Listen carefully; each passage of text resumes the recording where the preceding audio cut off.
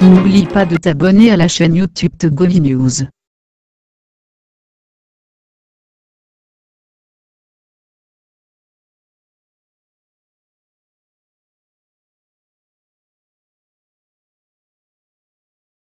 Pour que la démocratie progresse en Afrique, il faut nécessairement limiter les mandats à 2 ou à 3.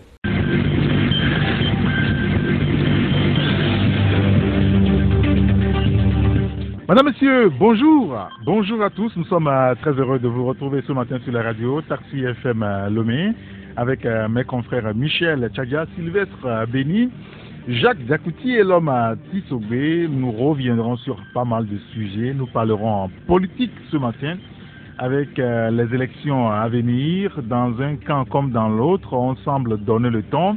Si au niveau de UNIR, on nous fait comprendre que Faure Gnassingbé sera encore leur champion en 2020, au niveau de l'opposition, rien ne se dégage avec précision. C'est vrai que cette fin de semaine passée, je vais dire, vendredi notamment au niveau de l'Alliance nationale pour le changement, la ANC, surtout au niveau de la jeunesse, on semble désigner Jean-Pierre Fabre comme candidat au niveau du parti. On rétorque, on dit que le seul organe habilité à désigner le candidat, c'est au niveau de leur assemblée. Un congrès, comme on dit. On reviendra sur cette question-là. Les élections à venir, les acteurs de l'opposition y participeront-ils?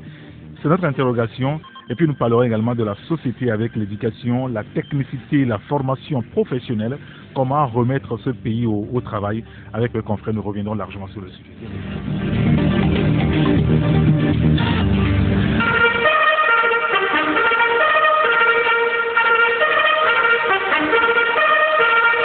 En attendant que Elom Tissobé, Jacques Diakouti nous rejoignent donc en studio. Bonjour Sylvestre Béni. Oui, bonjour Eric et bonjour à toutes et à tous. Vous allez bien? Très bien, comme poisson dans l'eau. Merci de nous avoir rejoints surtout. Ne vous noyez surtout pas. Voilà. Bonjour Michel Tchadia. Bonjour Eric.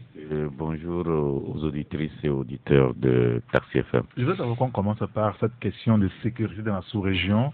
Vendredi dernier, les chefs d'État de la sous-région se sont réunis donc en un mini sommet à Accra. Ils ont parlé insécurité et des attaques terroristes en Afrique de l'Ouest. Le confrère L'éveil de la Nation parle d'union sacrée des chefs d'État autour de la question.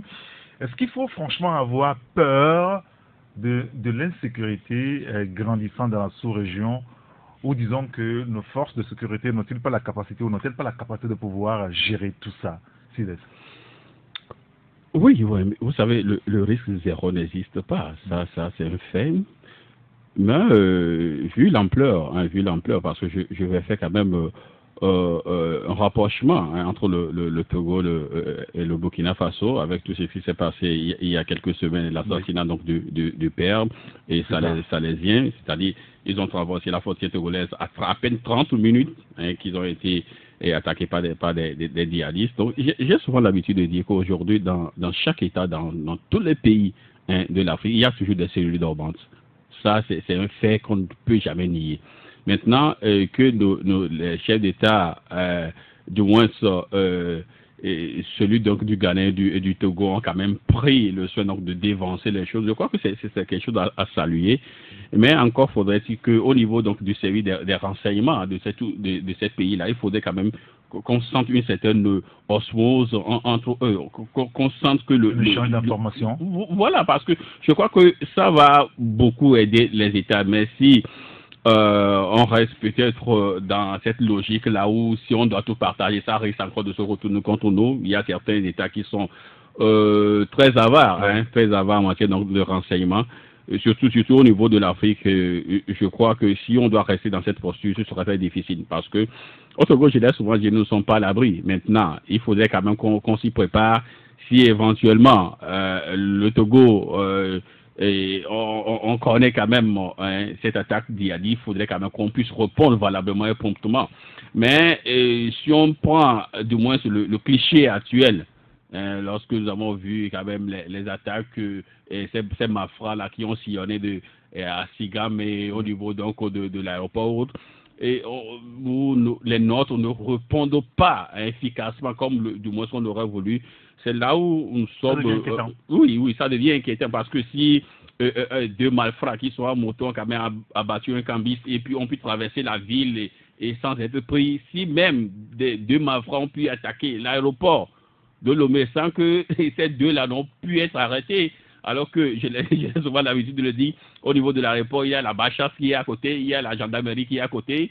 Vous traversez la ville, il y a quand même des camps et des garnisons, même la ville est tellement militarisée, mais ces deux malfrats ont quand même pu échapper au contrôle donc des forces de sécurité. C'est là où ça devient inquiétant. Il faudrait quand même que ces petites choses puissent quand même essayer donc de les circonscrire et quand on sera devant le grand pour lui, c'est lui et djihadistes qu'on puisse quand même répondre valablement. Alors, cette rencontre des chefs d'État de la sous-région, en tout cas avant cette rencontre, il y a les ministres de ces pays-là qui sont retrouvés à Cotonou il y a quelques semaines pour discuter du même problème. Alors, on sait que au Burkina Faso, il n'y a pas une semaine où il n'y a pas d'attaque djihadiste. Quand on prend Boko Haram, on connaît à peu près leurs revendications. Hein? L'école des Blancs, c'est pas bon, il ne faut pas y aller, tout ça. Et donc, on tue même les musulmans et les chrétiens, tous confondus.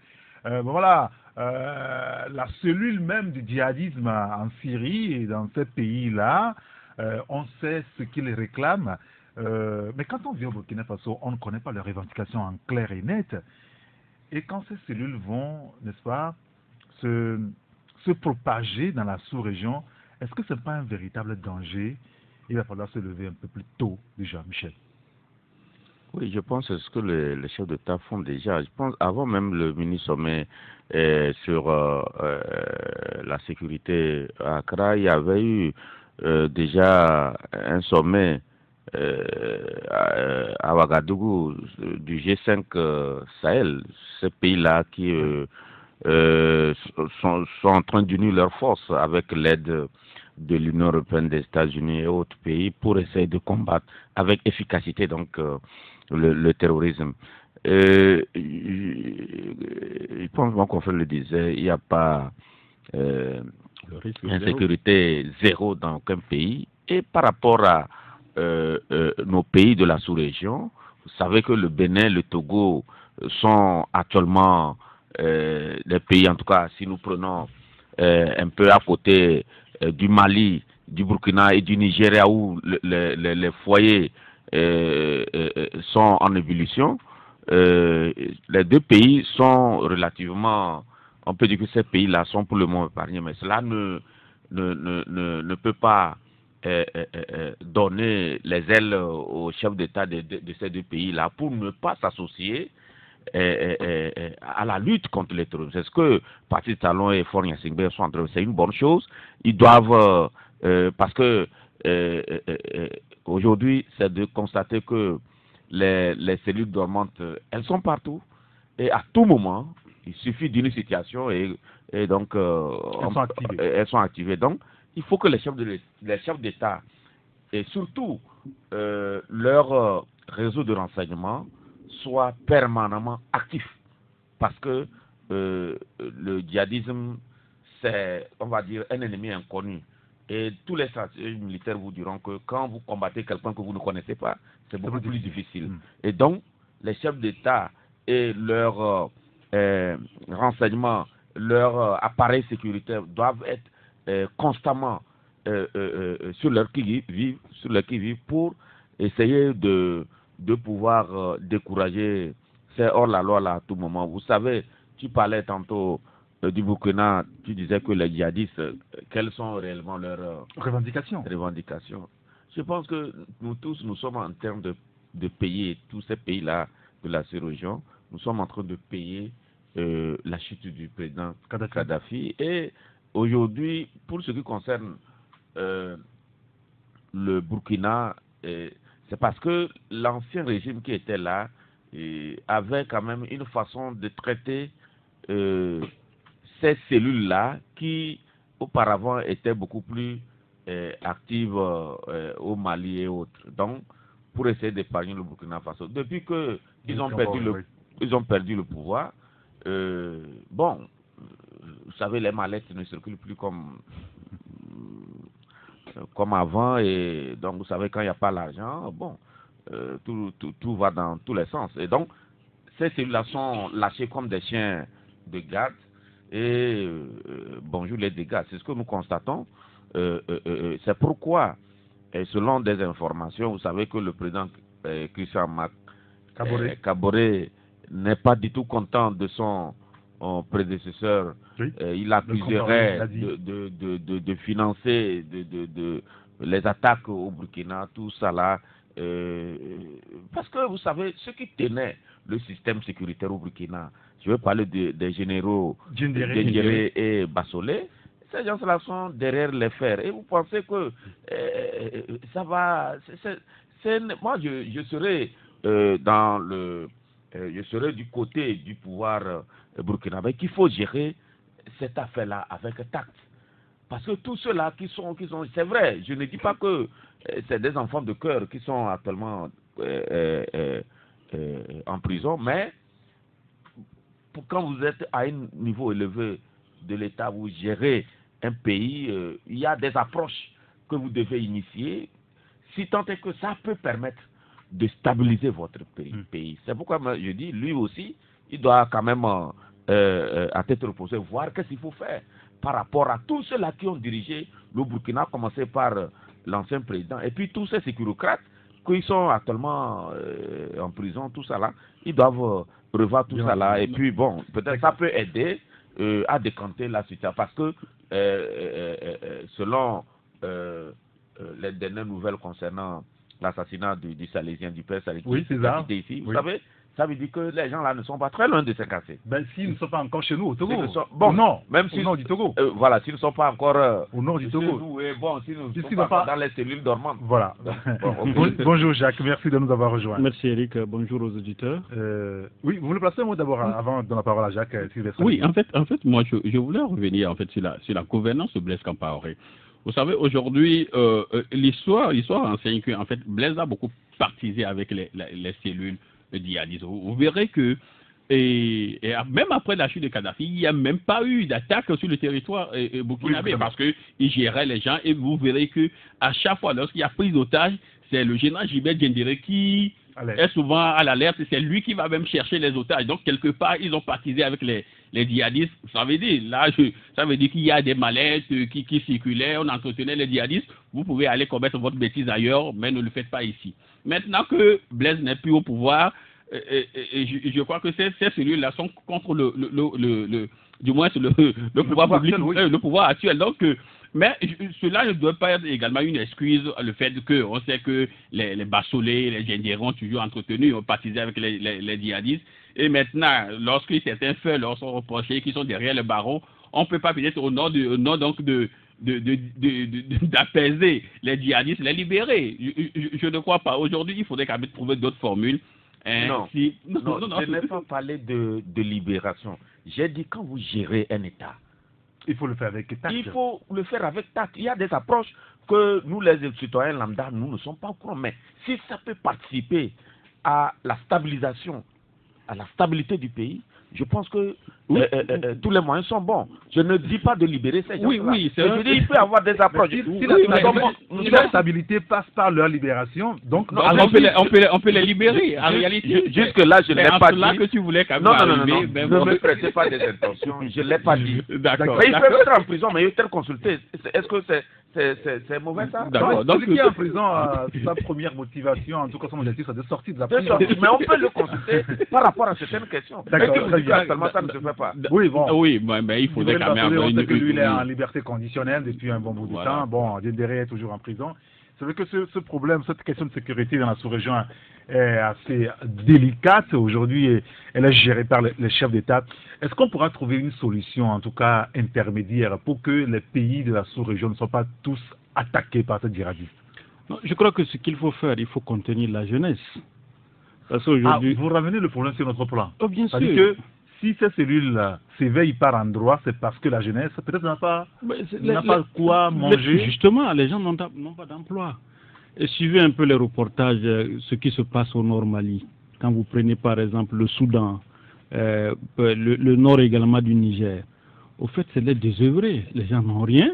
On vous recrute, on vous promet de vous payer 5 000 francs par jour, mais ce que vous n'arrivez pas à trouver lorsque vous êtes dans votre localité. Vous voyez, les gens pensent que c'est un trésor. Donc les gens s'adonnent. Prenez le cas de Boko Haram. La plupart de ces combattants, ceux qui sont au sein de Boko Haram, c'est des enfants. C'est des enfants. C'est des jeunes qui n'ont rien à faire. Vous comprenez? On les envoie dans une école coranique. Après, on leur enseigne ce que c'est que Dieu, comment mourir pour aller au paradis, comment faut-il faire pour avoir beaucoup de femmes, beaucoup de vierges, et lorsqu'on meurt, quand on va au paradis, qu'est-ce qui nous attend? Vous voyez? Donc, quand les jeunes reçoivent ces genres d'enseignements, lorsqu'ils sortent et ils voient que leur avenir est sombre, qu'est-ce qu'ils font? Ils s'adonnent à ces genres de choses.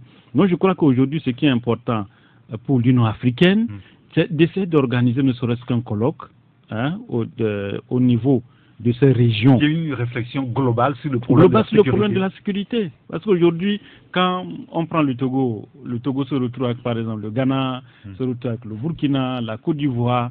C'est vrai, c'est une bonne chose. Mais vous savez, les cellules-là ne proviennent pas du Burkina, ni de la Côte d'Ivoire, ni du Ghana. Les cellules-là viennent d'ailleurs. En fait, c'est ça, carrément.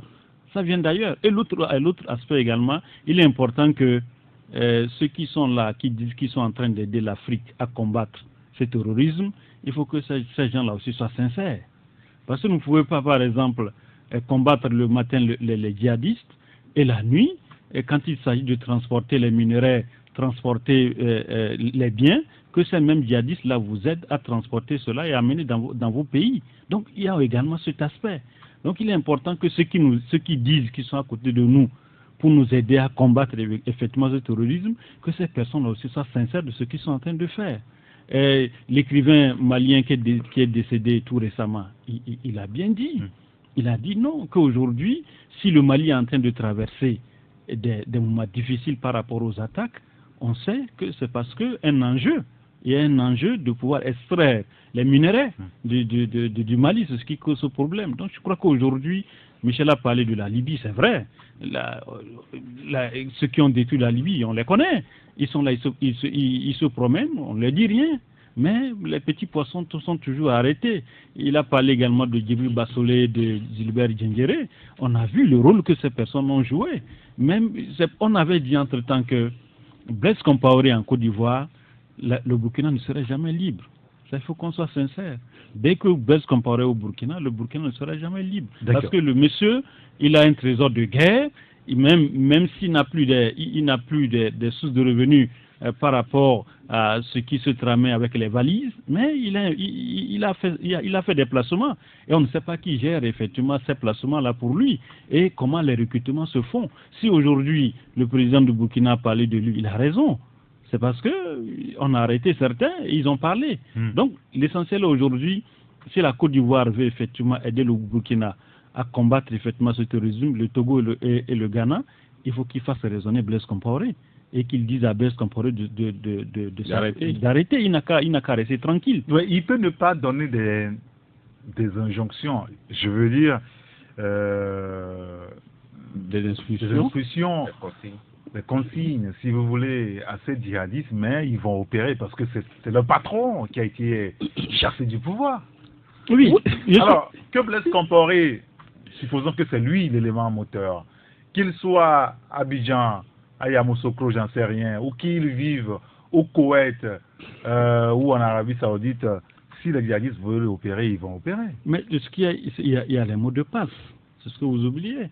Il y a des mots de passe, il y a des passerelles certainement qu'on n'a pas encore fermées. En Côte d'Ivoire qui est l'élément. Non, j'ai dit, il faut qu'on le raisonne, qu'on lui dise, mon ami, cesse de passer par ces passerelles, d'utiliser toujours ces mots de passe là pour opérer. Au fait, c'est ça.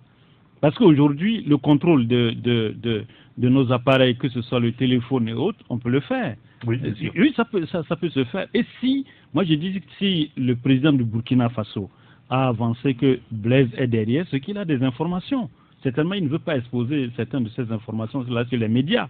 Moi, je crois que ce que les chefs d'État peuvent faire, parlant du Burkina, du Togo et par exemple du Ghana, ils n'ont qu'à le raisonner. Très bien. Alors, Jacques évoquait tout à l'heure un autre élément qui peut être aussi à la base de cette insécurité dans la sous-région, c'est la jeunesse qui est désœuvrée. la jeunesse qui ne trouve pas du travail à faire, cette jeunesse qui semble être laissée à elle-même, qui se cherche et le bout du tunnel est toujours bouché. Est-ce qu'on peut régler ce problème de l'insécurité de la sous-région aussi en passant par là, par les politiques viables pour la jeunesse de ce pays, Michel? En principe, les conditions actuelles le dictent. Oui, face à la situation, les chefs d'État sont obligés de passer par là. En réalité, les chefs d'État se réunissent de temps en temps pour élaborer des statuts contre le terrorisme. Il faut peut-être une conférence internationale de la CEDEAO sur la jeunesse.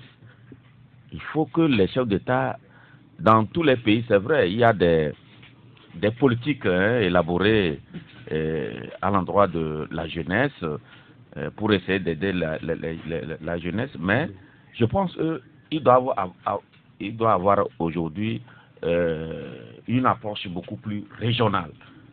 Quel langage diriger en direction de la jeunesse?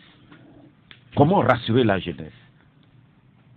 Parce que il faut le reconnaître, dans beaucoup de pays, en tout cas de la sous-région, la jeunesse est désemparée. L'horizon semble bouger par rapport à la jeunesse. Parce que vous allez voir que au niveau de la gestion des pays, c'est les mêmes personnes, c'est leurs cousins, c'est leurs frères, c'est leurs maîtresses. Bon, et la jeunesse, malgré toutes les politiques, tous les projets orientés vers la jeunesse, les jeunesses de tous ces pays-là, la plupart de ces jeunesses semblent être, en tout cas, oubliées. Ou peut-être les approches par rapport à leur, par rapport à l'amélioration de leurs conditions de vie, ces approches-là ne sont pas suffisantes. Et donc, c'est aussi un terreau fertile pour les djihadistes. Vous savez ce qui complique actuellement la tâche au Fonds de sécurité burkinabé dans la lutte contre le terrorisme, c'est que maintenant c'est les jeunes burkinabés même qui sont descendus dans l'arène. Ce ne sont plus ces Touaregs. Quand on voit quelqu'un, bon, on regarde son apparence, il est un peu teint clair avec des cheveux, donc c'est qu'ils viennent d'en haut là. Oui, et Touaregs. Voilà. Oui. Maintenant, c'est les burkinabés même qui sont dedans. C'est beaucoup compliqué.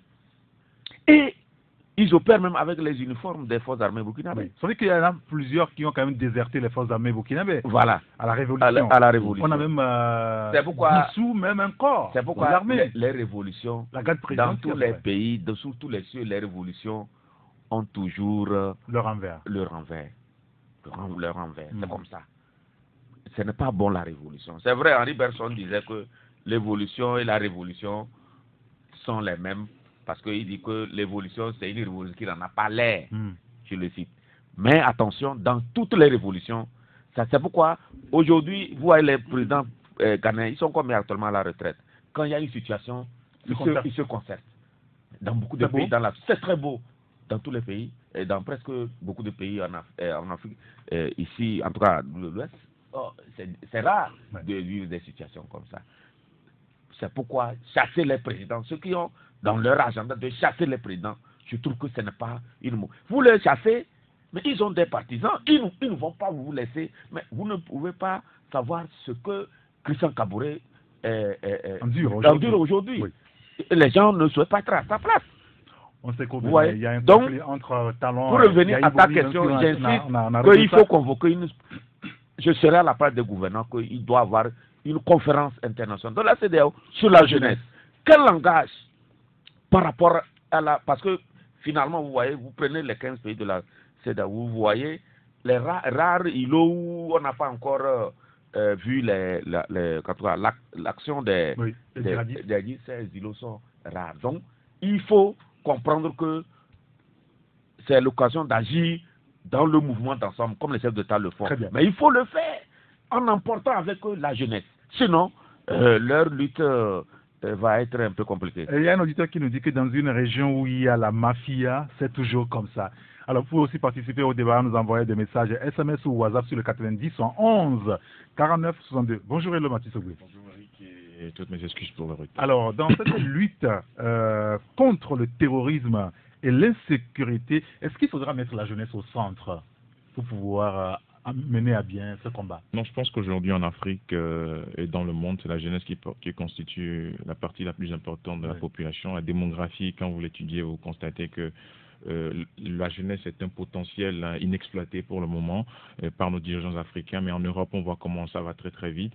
Donc aujourd'hui, on ne peut pas parler de terrorisme, de djihadisme sans associer la jeunesse, mais parce que ces terroristes et ces djihadistes recrutent plutôt dans les terreaux fertiles où la jeunesse est plus encline, comme l'a dit Jacques tout à l'heure, à la pauvreté, où il y a beaucoup de vices au sein de cette jeunesse-là. Mais il y a des gens aussi qui sont djihadistes par conviction, qui sont terroristes par conviction. Je meurs, je vais au paradis. Et leur papa, c'est quand ils ont des familles très riches. Quand vous prenez le Nigérien qui a fait le coup entre-temps en France, j'oublie un peu son nom, mais on a appris que c'est un fils de milliardaire. Donc, en fait, c'est pas les moyens qui manquent, en fait. Donc, au-delà de l'aspect pauvreté, qui est la principale cause, il y a aussi les gens qui sont terroristes par conviction. Genre, je sais pas s'ils sont formatés pour dire... Oui, pas la religion. La religion. Et donc, aujourd'hui, je pense qu'il faut continuer à sensibiliser les gens. Mais au-delà de la sensibilisation, il faut également qu'au niveau de l'Afrique et dans les relations internationales, on puisse véritablement voir ce qui se passe. Parce que aujourd'hui, ce qui se passe au Burkina, c'est un peu le service après-vente. Un peu comme ce qui se passe en Libye aussi, où ces deux pays sont devenus des pays instables. Chaque jour, on craint la prochaine attaque terroriste. C'est vrai, il faut parler de l'insécurité, du terrorisme beaucoup plus, parce c'est déjà au port du Togo. Quand on assassine un prêtre catholique à quelques kilomètres de Saint-Cassé, je pense quand même qu'il y a matière à réfléchir. Mais je sais que les troupes togolaises, les forces armées togolaises sont les forces armées les plus disciplinées, les plus rigoureuses de la sous-région. Ils sont impliqués dans plusieurs opérations de maintien de sécurité. Donc aujourd'hui, je pense qu'il faut renforcer la sécurité au niveau des frontières, créer l'alerte, demander aux populations de collaborer à la moindre indice, au moindre indice, et aussi renforcer les services de renseignement, parce qu'au Togo, on sait qu'on a des services de renseignement impeccables. Même dans votre chambre, ce que vous écrivez là, on le sait. Donc il faut que véritablement on puisse mettre tous ces outils-là, tous ces moyens à contribution pour pouvoir être en alerte, parce que là, aujourd'hui, je pense que la sécurité est devenue un enjeu capital. Il y a un auditeur qui nous dit pourquoi le gouvernement togolais n'a pas assisté aux obsèques du prêtre tué par les terroristes. Mais le Premier ministre du Burkina a envoyé son envoyé spécial, le ministre de la Communication était présent, nous dit donc cet auditeur. Mais il faut ajouter aussi un aspect. On dit on doit renforcer la sécurité, il faut aussi améliorer les conditions de vie et du travail des militaires. Ah oui. C'est très important. Parce qu'on parle de tout, mais ces gens-là... Ils ne se plaignent pas. Non, mais attendez, c'est la grande muette, hein. Ah, mais quand ils ne se plaignent pas, on ne saura pas. Non, c'est la grande muette. Il faut qu'ils aient le matériel adéquat, qu'ils aient des conditions de travail, qu'ils travaillent dans des conditions plus ou moins acceptables. C'est très important pour les motiver. Vous savez, je vais vous donner un exemple. Oui, rapidement, la parole à oui. Vous prenez Idriss Déby. Bon, il a dit à ses compatriotes que, bon, compte tenu de la baisse du prix du pétrole, il y a quand même des coupes dans le budget. Donc, il faut quand même que serrer la ceinture. Il a demandé que les gens diminuent le train de vie des fonctionnaires, tout ça là. Mais attendez, quand ça fumait au niveau de la frontière entre le Tchad et la Libye, mais il a annulé toutes ces mesures-là en direction des militaires. Au contraire, il a encore augmenté pour les militaires. Parce qu'il savait que ça fume, mais il faut que les militaires, quand même, soient dans de bonnes conditions pour aller travailler. Compte tenu du fait que nous sommes acculés par les terroristes, il faut aussi faire en sorte que les militaires qui sont engagés partout soient quand même bien équipés, qu'ils aient des conditions, qu'ils travaillent dans des conditions quand même. C'est-à-dire qu'on améliore leurs conditions de travail aussi. Je pense que ça peut aussi les motiver parce que, je l'ai dit tantôt, c'est difficile de combattre avec quelqu'un qui n'a pas peur de mourir. Oui. Donc, il faut quand même que vous soyez quand même bien aguerris. Comme les Ivoiriens disent, vous avez un mental. Pour avoir un mental, il faut quand même que les autorités sécuritaires quand même puissent penser à nos policiers, gendarmes, militaires. Je ne parle pas du Togo seul, tout dans la sous-région, pour être beaucoup plus efficace sur le terrain. Très bien, on va parler de la jeunesse. Il y a un auditeur qui nous dit que les djihadistes par conviction ne sont pas nombreux. La plupart agissent à cause de la mauvaise gouvernance qui frustre la jeunesse. Et la jeunesse est toujours au cœur quand même de cette politique de lutte contre le terrorisme et l'insécurité. Oui, effectivement. Vous savez, au-delà même du djihadisme, prenons quand même la migration. Regardez, des milliers et des milliers donc, de jeunes Africains prennent la mer pour aller chercher l'or et les trésors au-delà donc, de la Manche et finissent souvent leur vie dans le ventre de la Méditerranée. Oui. Mais depuis là, aucun chef d'État n'a quand même osé poser le problème, juste au niveau de l'Union africaine. Il y avait une rencontre, c'est pas l'année dernière à Abidjan, après la révélation, n'est-ce pas, de cette maltraitance en Libye par la CNN. Ce problème existe depuis des années. Vous voyez, donc aujourd'hui, j'ai l'impression que les gens ne se soucient pas trop de la jeunesse. Oh, j'avais même dit ici, ne serait-ce qu'il y a 2 semaines, que même les malfrats, là, ces malfrats qui abattent les cambis et tout ce que nous voyons aujourd'hui, peuvent recruter facilement auprès de la jeunesse. Celui qui n'a rien, on lui propose peut-être même 100 000, il sera partant. On va quand même lui promettre tellement de choses, même s'il faut même lui dire qu'il y aura même des amulettes où tu ne serais même pas. On va quand même lui proposer tellement de choses qu'il sera tenté donc par ce voyage-là. Donc aujourd'hui, la gouvernance, ou la mauvaise gouvernance également participe également à l'essor donc du djihadisme. Voyez-vous, donc à un moment donné, il faudrait quand même que nos chefs d'État passent beaucoup plus bas. Il faut qu'ils oublient quand même les châteaux, des tribunes beaucoup plus, je sais pas, de grandes tribunes, qu'on pose le débat, même au niveau donc il faut également surveiller quand même certaines prêches et autres. Il faut le faire à un moment donné. Je crois qu'il y a un directeur de culte. Il faut former même des cellules, des commissions, ne serait-ce que pour aller en sourire, écouter quand même certains messages au niveau donc de certaines religions. Nous ne voulons pas faire peut-être une fixation sur une. Donc il faudrait quand même le faire parce que je crois que j'ai eu dire dans ce pays qu'il y a quelqu'un qui donnait 5 000 francs à certains jeunes. Si tu viens 2 fois à la prière, tu as 5 000. Le lendemain, tu viens 2 fois, tu as 5 000. Lui, il trouve que c'est les 5 000 là-haut. Donc, ce sont des gens quand même qu'il faut surveiller pour que demain, nous ne soyons pas devant le fait accompli. Bien sûr. Et il y a cet auditeur qui nous dit que le problème d'insécurité en Afrique est à l'actif de nos gouvernants. Les richesses ne sont pas bien distribuées. Les jeunes sont oubliés. Nous ne pouvons qu'assister à ce genre de choses. Nous devons aussi savoir que tant que nos jeunes croupissent dans la misère, ils sont faciles à manipuler contre leur pays. Un petit peu comme ce que vous avez dit tout à l'heure. Jacques, un mot et puis on va passer à... Je crois que ce qu'il faut également ajouter, c'est de voir comment ces terroristes-là se procurent de ces armes. Parce que quand vous voyez par exemple ce que Boko Haram utilise pour combattre le gouvernement du Nigeria, mais vous êtes étonné. Alors qu'on dit qu'on les traque tous les jours, mais quand vous prenez le fameux Shekau, quand il veut effectivement faire défier, mais vous voyez se mettre sur un char, on se pose des questions, mais qui finance? En fait, il y a cet aspect. Vous prenez par exemple le Mali. On nous dit qu'il y a l'opération Barkhane, il y a Serval, mais tous sont là-bas, mais cela n'empêche pas que les gens là puissent toujours s'armer tous les jours. Donc, il y a également cet aspect également qu'il faut voir. Je crois qu'il y a des puissances qui sont derrière, effectivement, ces financements-là. Donc, si vraiment... Le terrorisme touche aussi l'Europe. Oh, mais il faut combattre. Il faut combattre parce que, je me rappelle, entre-temps, en Bangui, quand on avait arrêté certains terroristes, on a vu que l'armement que certains utilisaient, c'était de la fabrication russe. Oui. Mais comment les armes l'ont atterri, par exemple, en Bangui? Donc, il est important qu'aujourd'hui, on puisse mener également la réflexion au niveau des Nations Unies. Si vraiment les gens là sont sincères, une fois encore, pour combattre effectivement ce terrorisme, qu'ils cessent de financer, qu'ils cessent de livrer les armes. Au fait, c'est ça aussi le double jeu que les gens sont en train de faire. On dit, bon, on va vous envoyer les rafales pour combattre le terrorisme. On dit, on boucle la frontière du Burkina, on boucle la frontière du Niger et du Mali. Mais c'est les mêmes tous les jours. Le lendemain, on apprend qu'on a tué tel nombre de soldats au Burkina, on a tué tel nombre de soldats au Niger et au Mali, ça continue. Oui, il y a donc, encore quelques-uns qui ont sauté sur une mine au Mali. Et aujourd'hui, vous voyez les tactiques qu'ils utilisent aujourd'hui au Burkina. C'est-à-dire qu'on met un cadavre, on l'habille de la tenue d'un militaire burkinabé, et lorsque les autres s'approchent, ça explose. Donc c'est pour vous dire qu'ils ont des tactiques aujourd'hui. Il est important que ceux qui veulent réellement aider ces nations-là combattent effectivement ce terrorisme-là, qu'ils soient francs. Et l'autre aspect, Michel parlait tout à l'heure du traitement des militaires. C'est vrai. Vous avez vu quand ça a commencé, beaucoup de militaires ont fui pour venir au Togo. Les Burkinabés. Les Burkinabés, ils ont fui en nombre pour rentrer par rapport à la frontière du Togo. Parce que l'armement que les terroristes la détenaient, certains militaires burkinabés n'ont jamais vu ça.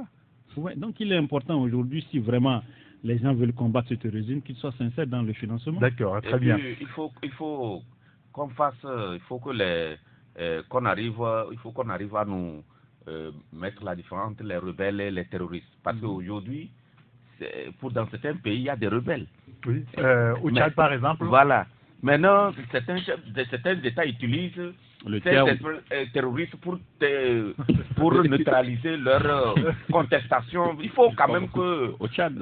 Oui, ça dit qu'on a vite fait de transformer rapidement les rebelles en terroristes pour appeler au secours la communauté internationale. Alors que c'est des gens qui contestent par les armes votre pouvoir. Même le terme est utilisé au Togo aussi, tu te rappelles? Non. Oui, le terme au moment non, donc dans les années 80. Non, je parle récemment au moment donc de Sikri Achadam. Les gens utilisaient le terme terroriste. Les gens utilisaient le terme terroriste au djihadisme politique. Vous voyez des choses comme ça. Lorsque vous sortez des termes comme ça contre un adversaire politique, vous créez d'autres choses sans le savoir. Voyez-vous, donc il faudrait à un moment donné également qu'on arrête de traiter un adversaire politique de djihadiste, de terroriste et de tout ce que nous avons eu écouté, venant même des responsables de ce pays. C'est dommage. Il y a un auditeur qui nous dit c'est la mauvaise foi et la malgouvernance de nos dirigeants qui contribuent donc à l'expansion du djihadisme avec le ralliement des chômeurs affamés, nous dit-il.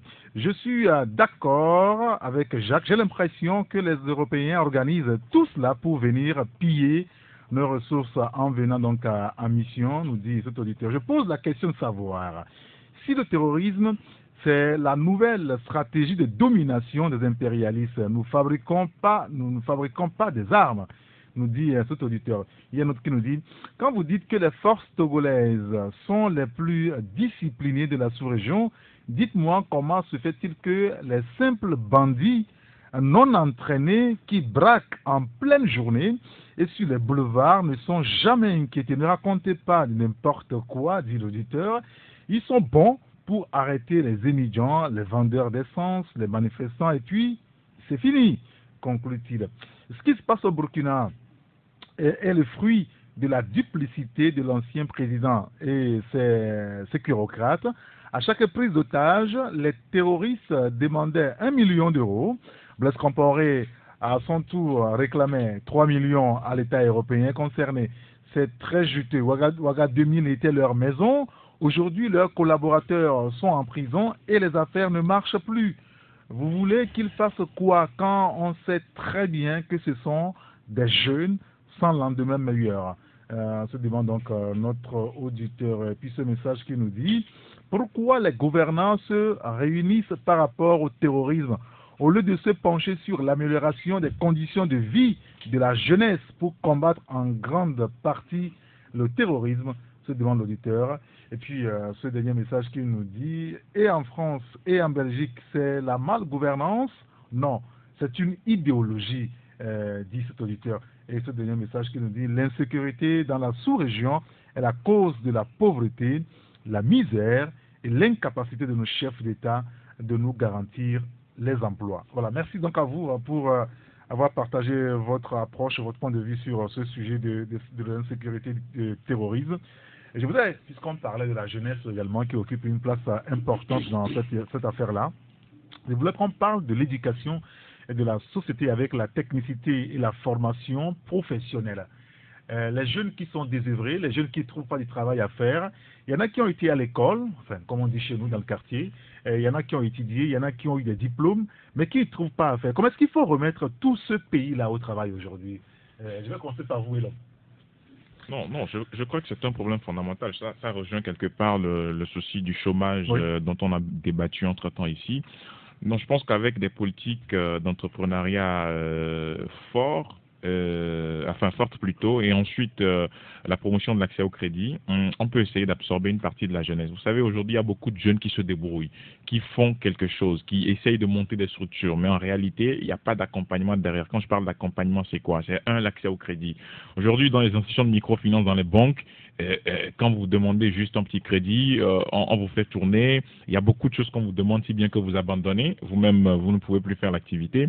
Et aussi, quand vous prenez par exemple l'accès au marché public qui est de plus en plus difficile, heureusement que cette année, il y a eu un début de quelque chose par rapport à l'endroit des jeunes entrepreneurs et des femmes, mais c'est insuffisant parce que l'État ne peut pas aujourd'hui absorber tous ces chômeurs. Et donc, il faut aujourd'hui encourager l'initiative privée, encourager le secteur privé à recruter. Mais quand vous prenez le secteur privé, ça, c'est une autre paire de manches parce que les gens aujourd'hui ont plus de difficultés, surtout avec la crise politique qu'il y a eu en 2018, où sur le premier semestre de l'année, il y a eu pas mal de difficultés communiquées par la Chambre de commerce et d'industrie du Togo. Sur le second semestre de l'année, où il y a eu également, la situation ne s'est pas améliorée en tant que telle, et c'était difficile pour ces structures de recruter et de pouvoir renforcer leur effectif. Et donc, parallèlement, sur le plan de l'entrepreneuriat, on a vu qu'il y a eu une augmentation du nombre d'entreprises, de la création d'entreprises, sauf que derrière, il y a beaucoup qui créent, mais il y a combien d'entreprises réellement qui sont compétitives? Mais justement, est-ce que par là, est-ce qu'il ne faut pas quitter, n'est-ce pas, ce créneau d'entrepreneuriat qui pilule un peu partout aujourd'hui? Vous avez dit, il y a eu beaucoup d'initiatives au niveau des gouvernants, on dit, les jeunes, il faut entreprendre, alors qu'au bout, il n'y a pas de soutien. Est-ce qu'il ne faut pas passer à la formation professionnelle, changer de paradigme au niveau de notre système éducatif?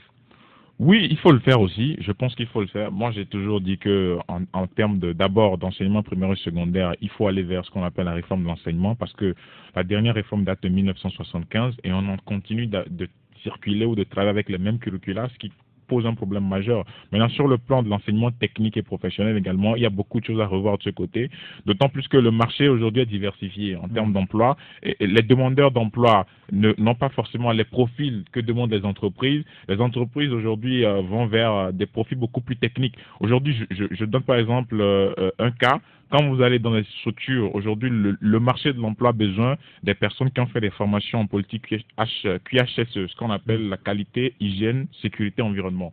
Et ce qui fait que dans les structures, aujourd'hui, les gens ne répondent pas à ce profil. C'est-à-dire il y a beaucoup de structures, même des multinationales aujourd'hui, qui cherchent des gens qualifiés à recruter. Par exemple, dans le domaine QHSE, le domaine qualité, hygiène, sécurité, environnement, en fait, c'est des domaines qui permettent aujourd'hui aux structures, aux entreprises d'être certifiées ISO. D'accord. Donc, sur le marché, il y a même pas de personnes qui répondent à ces profils. Moi, je connais une structure qui a été obligée de recruter une personne au niveau des ressources humaines, former cette personne-là dans une école spécialisée et le recruter après en tant que spécialiste QHSE parce que tous les dossiers qu'ils ont reçus, personne ne répondait à cela. Et donc, il faut que déjà, au niveau de la formation, au niveau des jeunes qui sont des demandeurs d'emploi, ils puissent étudier le marché de l'emploi, savoir à peu près de quoi est-ce que les entreprises ont besoin. Mais aujourd'hui, il faut aussi encourager des structures comme la Chambre du commerce, le Conseil national du patronat et puis la JET, pour des journées d'information. C'est-à-dire, on peut pas... L'information, c'est capital. Les jeunes sont là, c'est vrai, il y a beaucoup qui se forment, mais il faut qu'on puisse leur dire ce qu'il faut faire, la formation qui aujourd'hui est recherchée sur le marché de l'emploi et échanger avec eux pour pouvoir savoir véritablement ce qu'il faut faire. Parce qu'au-delà de l'entrepreneuriat, vous l'avez dit, il faut également explorer d'autres pistes, d'autres canaux pour permettre d'absorber n'a jamais fait de l'entrepreneuriat à l'école, qui connaît rien de ça. Parce qu'il a suivi une formation, il a fait quoi? Sa sociologie, j'en sais rien, ses filières au niveau des BTS et tout ça. Il sort, et puis il se trouve que, il n'a pas de boulot, et il entend la radio tout le temps, il entend les membres du gouvernement, on parle de l'entrepreneuriat, il y a tel financement, on dit formez-vous en entrepreneuriat. Il vire, il se forme en entrepreneuriat, il voit qu'au bout, il n'y a pas d'objectif, il n'y a rien, tout est bloqué. Est-ce qu'il ne faut pas changer de paradigme tout au début? La formation professionnelle, est-ce qu'il ne faut pas aller vers ça dans notre pays? Jacques? Je suis d'avis avec vous. Quand vous prenez par exemple au niveau de la presse togolaise, même parlant même de la presse publique, pourquoi Togo Presse vend? souvent les jeunes achètent pour voir s'il n'y a pas un avis de recrutement, un emploi, tout ça. C'est tout. C'est pourquoi vous allez voir que les gens sont attachés à Togo Presse. Après ça, c'est les avis de décès. Ça, c'est les deux qui font que avis de décès, offre d'emploi, qui fait que les gens achètent Togo Presse. Je suis d'accord avec vous quand vous avez parlé de l'orientation vers la formation professionnelle. Quand vous prenez par exemple l'Allemagne, au fait, vous allez voir que déjà un étudiant, un lycéen plutôt, voilà, un lycéen, déjà on l'oriente vers la formation professionnelle. Et aujourd'hui, quand vous prenez aujourd'hui dans notre pays, il y a certains véhicules qui viennent aujourd'hui dans les garages où les mécaniciens n'arrivent pas à réparer. Parce que c'est difficile pour eux. Il y a des moteurs, des véhicules aujourd'hui que les mécaniciens n'arrivent pas. Donc il est important aujourd'hui, même si ces mécaniciens-là doivent réparer ces véhicules, il faut qu'ils aient encore se faire recycler. Oui, bien sûr. Et vous voyez, alors que ça prend du temps. Alors si on orientait par exemple ces étudiants, on orientait par exemple ces lycéens vers cette formation professionnelle, je crois que c'est vraiment une filière qui pouvait vraiment absorber beaucoup de chômeurs. Donc je crois qu'aujourd'hui il est important qu'on puisse tourner. En même temps, ça fait quand même plusieurs années qu'on évoque la même chose. La formation professionnelle, changer de curricula, changer de paradigme. Mais pourquoi est-ce que ça ne bouge pas au fond? Parce qu'aujourd'hui, on a déjà fait ce genre de débat, mais après, il y a beaucoup de messages. On dit, mais écoutez, ailleurs, ça se passe très bien. Ailleurs, on n'est pas forcément obligé d'avoir son doctorat pour trouver du travail à faire. Même ici, chez nous, il y a des gens qui ont leur doctorat. Ils ont leur licence, leur maîtrise, mais ils n'ont pas de travail à faire. À quoi bon aller encore à l'école pendant 30 ans, 35 ans, 40 ans pour certains, et être dans un garage quelque part et ne rien faire? Le problème, c'est quoi, Eric? Vous savez, ce qu'on nomme à des postes, c'est-à-dire que des ministres aujourd'hui, si ces ministres-là n'ont pas une vision de ce pour qu'on les appelle, attendez-vous que ça ne marche pas. Au fait, c'est ça. C'est ça le problème aujourd'hui. Moi, je crois qu'il y a un pays où, lorsqu'on veut par exemple nommer un ministre, on vous appelle, on vous pose des questions sur tel domaine. Si vous arrivez vraiment à répondre aux critères, aux questionnaires, c'est comme un test. Voilà, on vous nomme. Et lorsqu'on vous nomme, vous savez que lorsque vous allez faire beaucoup de choses. On a vu dans ce pays un ministre tout récemment qu'on a nommé. Ce ministre-là se sent vraiment dans sa peau. Je voudrais parler de celui de l'agriculture. Oui, voilà, c'est quelqu'un il est fier d'être là-bas. Il est dans son élément. Voilà, c'est quelqu'un dans son qui biotope. Voilà, c'est comme ça. Vous voyez, on ne l'a pas parachuté là-bas comme ça. Il connaît ce qu'il est venu faire. Vous voyez, donc il est important. Il ne faut pas seulement parachuter les gens. Parce que bon, tel est ceci, tel est cela. Lorsque vous nommez cette personne, la personne ne pourra pas se retrouver. Et à la fin, par exemple, on va accuser la personne qu'elle a détourné tel argent, ou bien elle a fait ci, elle a fait ça, elle n'a rien fait. Alors qu'au fait, son profil ne répond pas au poste que vous l'avez confié. Donc aujourd'hui, il est important que la formation professionnelle, je suis d'avis, il faut qu'on puisse orienter nos étudiants, orienter aujourd'hui ceux qui sont en train de franchir le lycée, à s'orienter effectivement vers cette formation professionnelle. Exemple, quand vous arrivez, vous avez votre bac, on dit tous ceux qui ont leur bac, allez apprendre un métier. Enfin, c'est une idée bizarre. Comment est-ce qu'il faut remettre ce pays au travail, Sylvestre? Non, je crois que c'est une question assez compliquée, parce que pendant des années, on nous a seulement formés à être des bureaucrates. Voilà, on sort, on fait 30 ans, on sort dans l'entendement de tous, c'est d'aller rester entre les quatre vues comme ça, bien cravaté, et puis bon, pour signer. Maintenant, au-delà, il n'y a plus rien. Voilà pourquoi aujourd'hui, je crois véritablement qu'on doit changer notre système éducatif. Parce que je me dis, pendant des années, qui est Samori Touré, qui est Béanzin, les femmes américains, l'entreprise, l'agriculture sud-africaine, tout cela, on maîtrise les vies de la France par cœur et par poumon. Mais même ici, il y a même, quand on te dit, à l'Héride, par exemple, il y a beaucoup qui ne savent même pas que c'est au Togo. Donc, il y a tellement de choses qu'on doit recentrer le débat d'abord sur la nation et offrir quand même d'autres possibilités. Parce que si vous allez aujourd'hui au niveau donc, du campus, vous verrez que les sociologues ne se comptent pas des milliers. Oui. Et il y a les germanistes, ceux qui ont fait l'allemand, tout ça, mais il n'y a pas de débouché. Vous allez en linguistique, il y a tellement donc d'étudiants là-bas, mais le débouché, il n'y a pas de débouché. Mais finalement, on continue la danse, là, on continue pas à orienter, aller le faire. Il y a des gens qui font l'anglais, il y a mais il n'y a pas de débouché. Donc, pourquoi ne pas faire autre chose? Orienter peut-être l'éducation nationale vers peut-être quelque chose de plus pratique. Que tu fais 2 ans, 3 ans, et tu sors au moins, toi-même, tu peux commencer quelque chose en attendant beaucoup plus de financement pour éclore tout ton talent. Mais si on doit encore rester dans ce système-là, c'est ce système-là qui nous tue. Il faut le dire. Parce que nous sommes passés par là. Et voyez-vous, même aujourd'hui, au niveau donc de notre corporation, c'est parce que les gens sortent, parce que moi aussi je sais parler français, je sais écrire un peu le français, on vient au journalisme. Il y a des gens qui n'ont pas assez de background, mais bon, on vient là pour se réfugier un peu en attendant qu'on trouve mieux ailleurs pour repartir. Donc, c'est le système qu'on doit revoir. Ça, je crois que ça fait des années qu'on en parle, mais personne n'en dit mot là-dessus. Et tout revient au gouvernement, tout revient à une volonté politique de mieux faire. Je crois que nous ne sommes pas nombreux au Togo. À peine 7 millions, à peine il y a un État donc au Nigeria. Mais si on oriente bien les choses, je crois que dans ce pays, nous serons les plus heureux. Nous serons les plus heureux. À l'époque, même l'enseignement professionnel au niveau donc du lycée d'Aïdou Gomé, ce n'est plus ça. Il y a des gens qui ont fait les F1, de chaudronnerie, tout ça. Mais tu sors.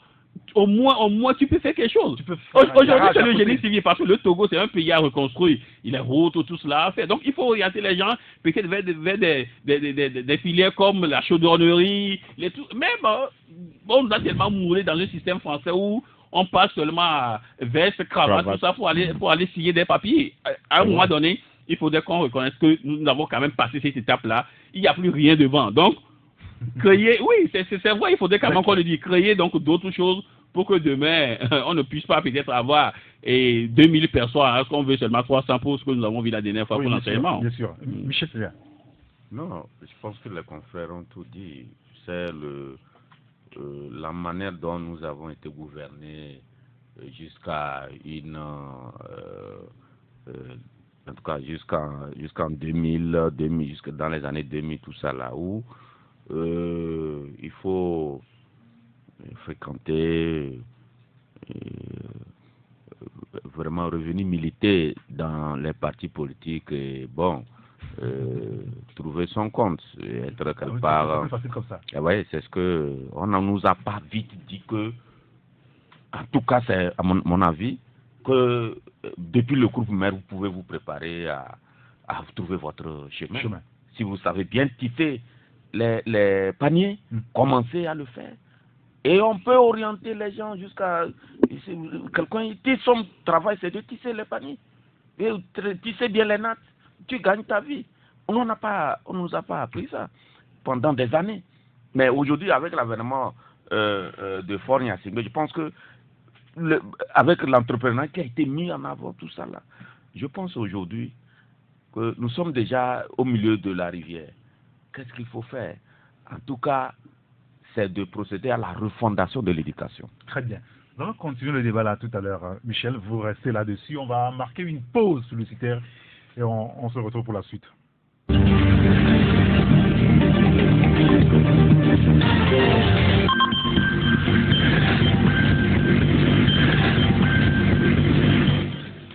Il est 12h03 sur Radio Taxi FM Lomé. Vous écoutez Taxi Presse avec Michel Tchadia, Sylvestre Béni et l'homme à Tissogbe Jacques Diakouti, avant de les retrouver pour la suite du débat, puisque nous parlons de l'éducation, la refondation même de ce système-là.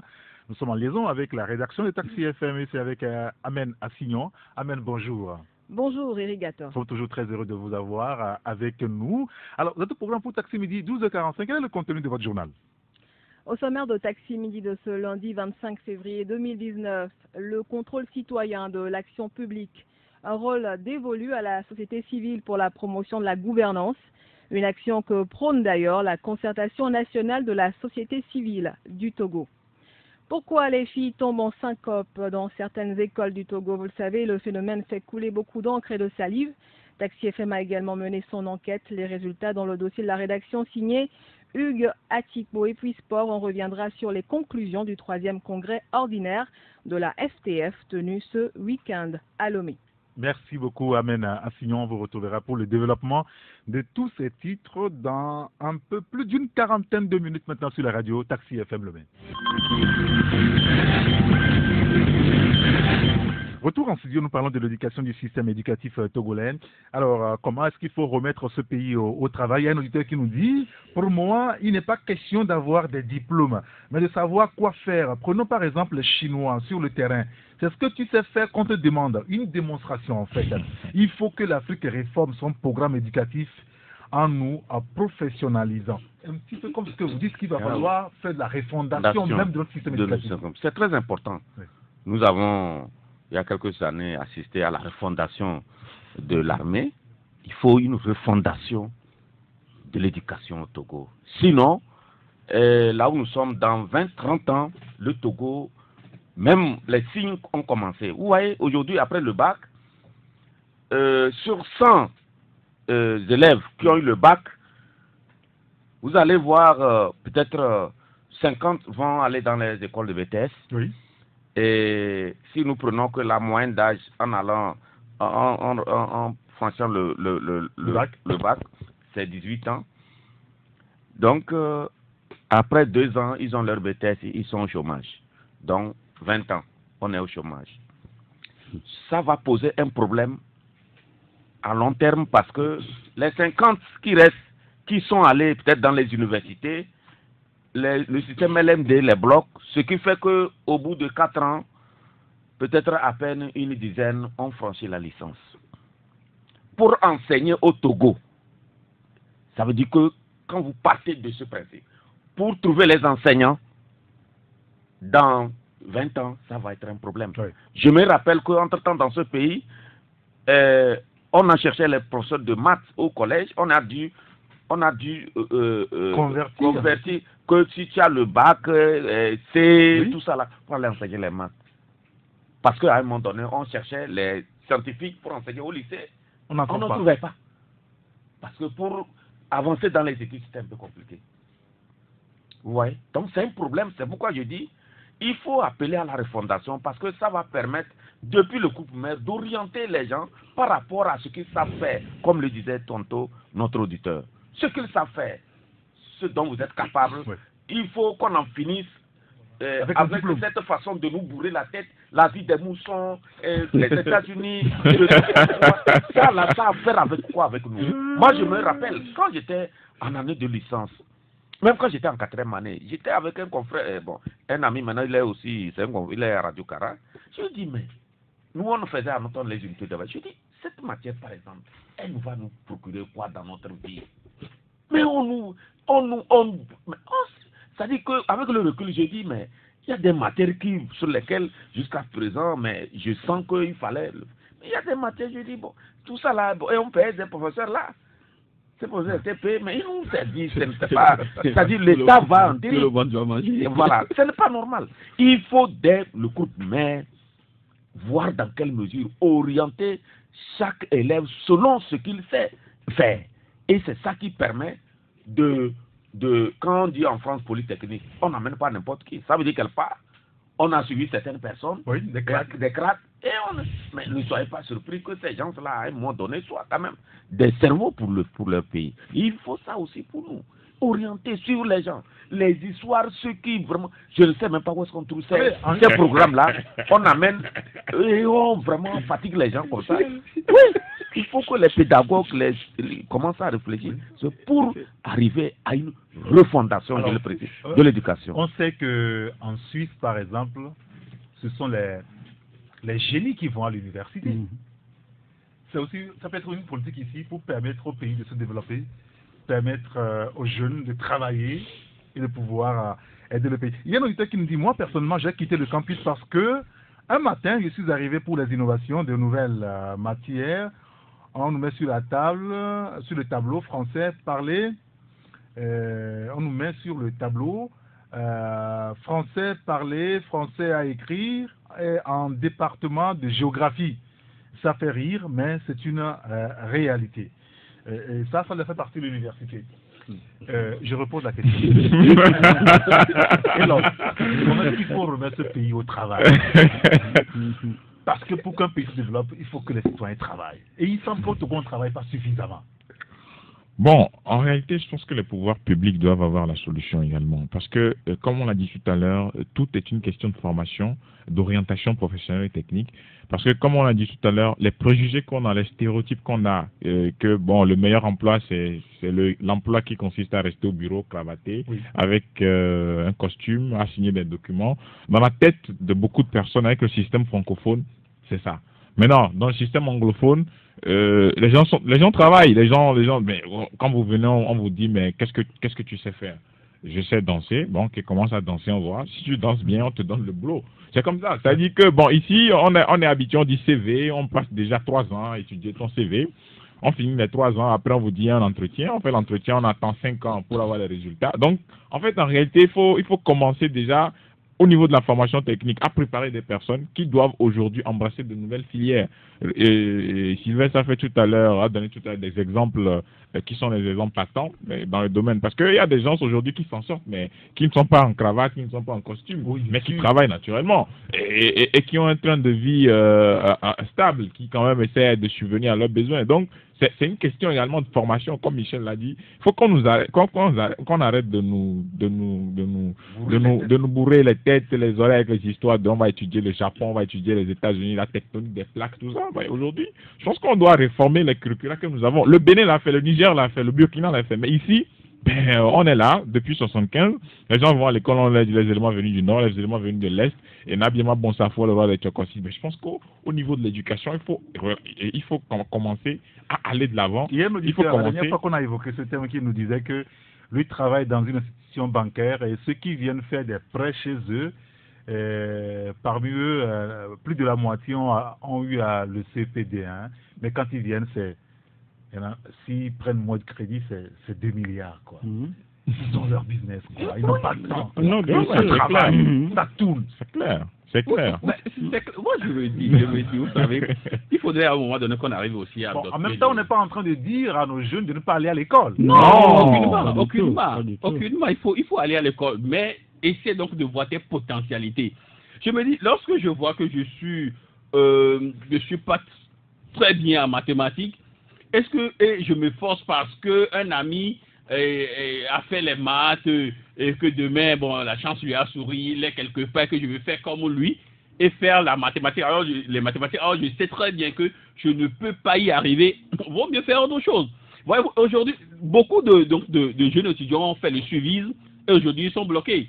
Ce n'est pas parce que ton ami a fait peut-être un BTS et que 2 ou 3 jours après il a trouvé un boulot, parce que vous êtes aussi ensemble, tu laisses le campus, je vais faire le BTS parce que je veux également trouver. Oui, 2 ans, oui. Donc à un moment donné, il faudrait quand même qu'on puisse également changer nos potentialités avant de savoir quoi faire. Et aussi, je dis, il faudrait également qu'on laisse ce système trop francophone et adopter le système anglophone.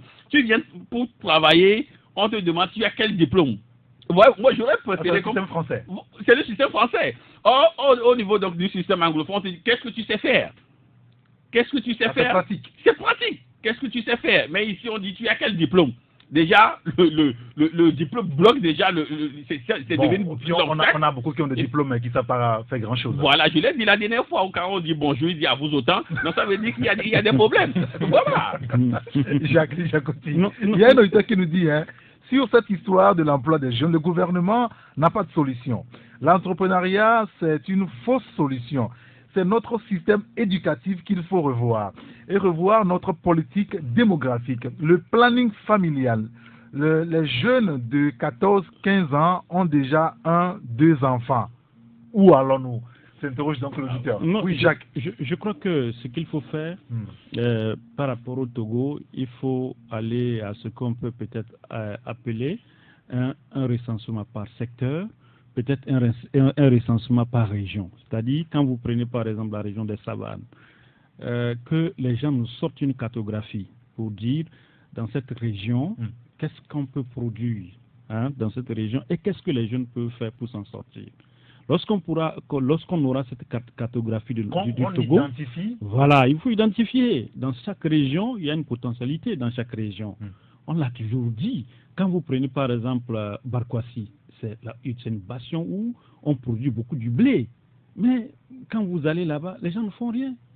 Entre-temps, le chef de l'État allait lancer un projet là-bas, mais le projet là, ça ne continue pas.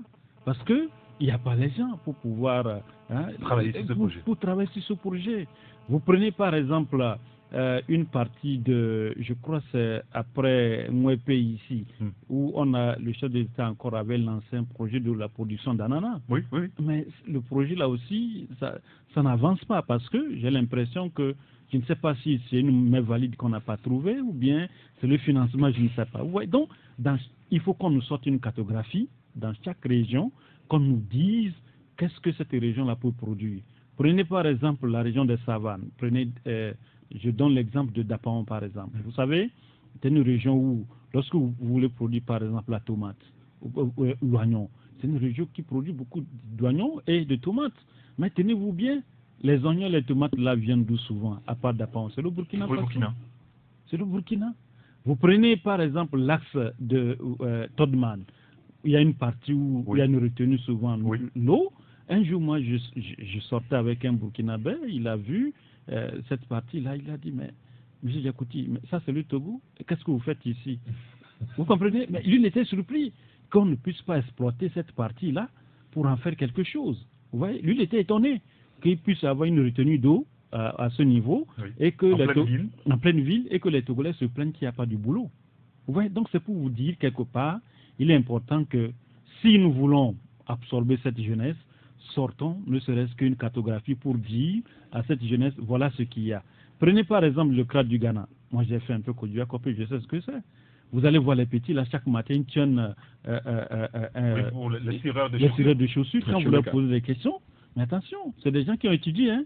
C'est des gens qui ont étudié lorsque vous leur posez des questions. Mais un jour, il est venu quand on était là-bas, il est venu avec une hama, il a garé, j'étais sorti, mais j'étais étonné, mais c'est toi, c'est lui. Il dit, il faisait ça tout juste, c'est pour acquérir une expérience. Vous comprenez? C'est pas qu'il n'avait rien à faire, mais c'était une expérience pour l'acquérir. Mais ici au Togo, aujourd'hui, si on voit Eric, par exemple, avec un flacon et puis un tirage, les gens vont commencer par se moquer. Oui, bien sûr. C'est ça le... sur la tête. C'est ça le système francophone. Il faut savoir ce qu'on cherche dans la vie. Voilà. Et figurez-vous, il y a 20 ans, c'est Shoumeka là qui venait cirer nos chaussures, venait juste pour trouver des moyens et aller peut-être aux États-Unis ou en Angleterre.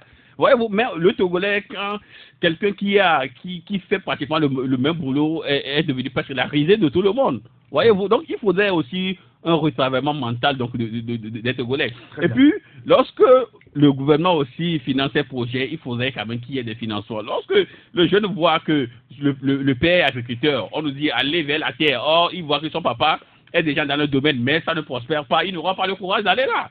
Donc s'il voit que non, son papa n'est qu'agriculteur, il n'a que le CEP et il est agriculteur, mais il gagne bien sa vie, il sera également motivé de faire comme lui. On le voit voilà. Parce qu'il y a tellement de projets tout ça là, mais au niveau de l'agriculture, ça n'émerge pas. Donc vous voulez que le jeune aille également et être presque dans la misère comme son père, non. Donc, le Piniaza aujourd'hui. Le Piniaza, le Piniaza, tout ce qu'on a connu de gens dans ce pays, mais finalement...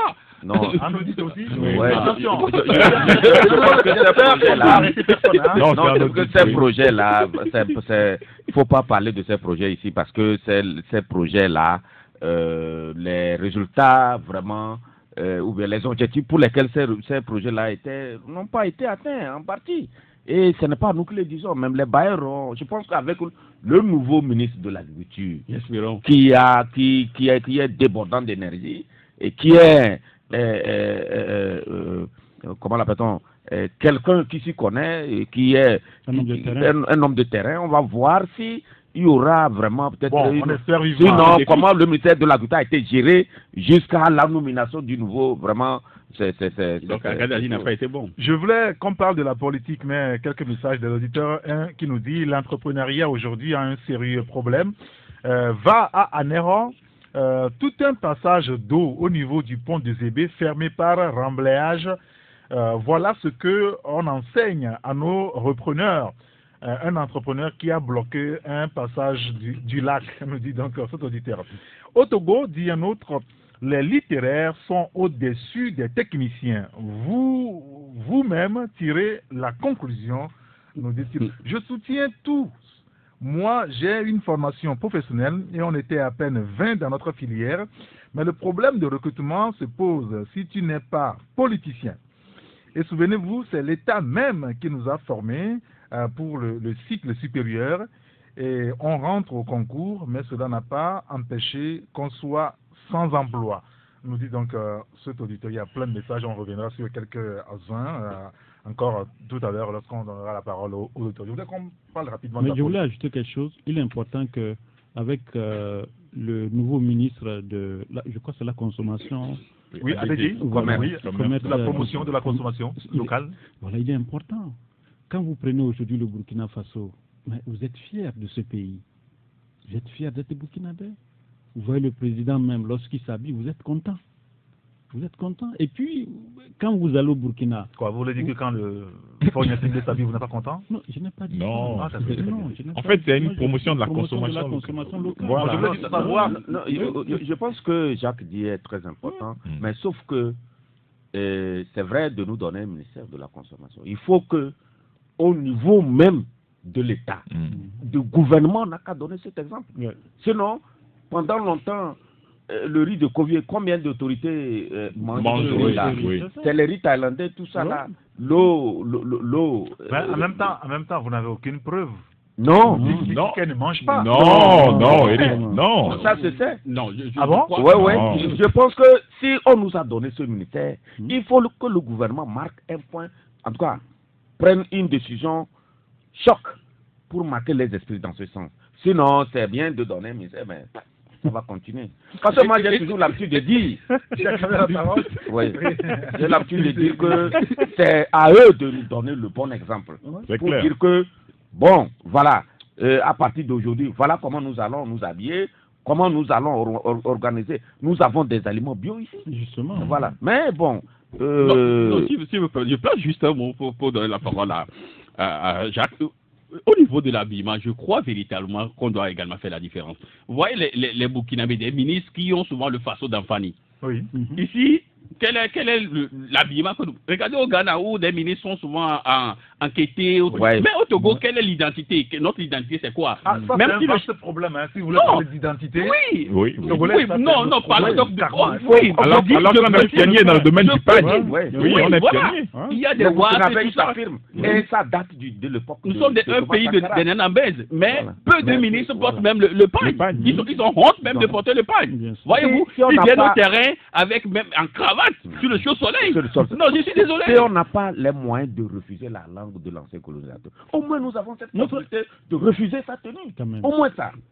Au moins ça. Bon, d'accord, messieurs. Merci beaucoup.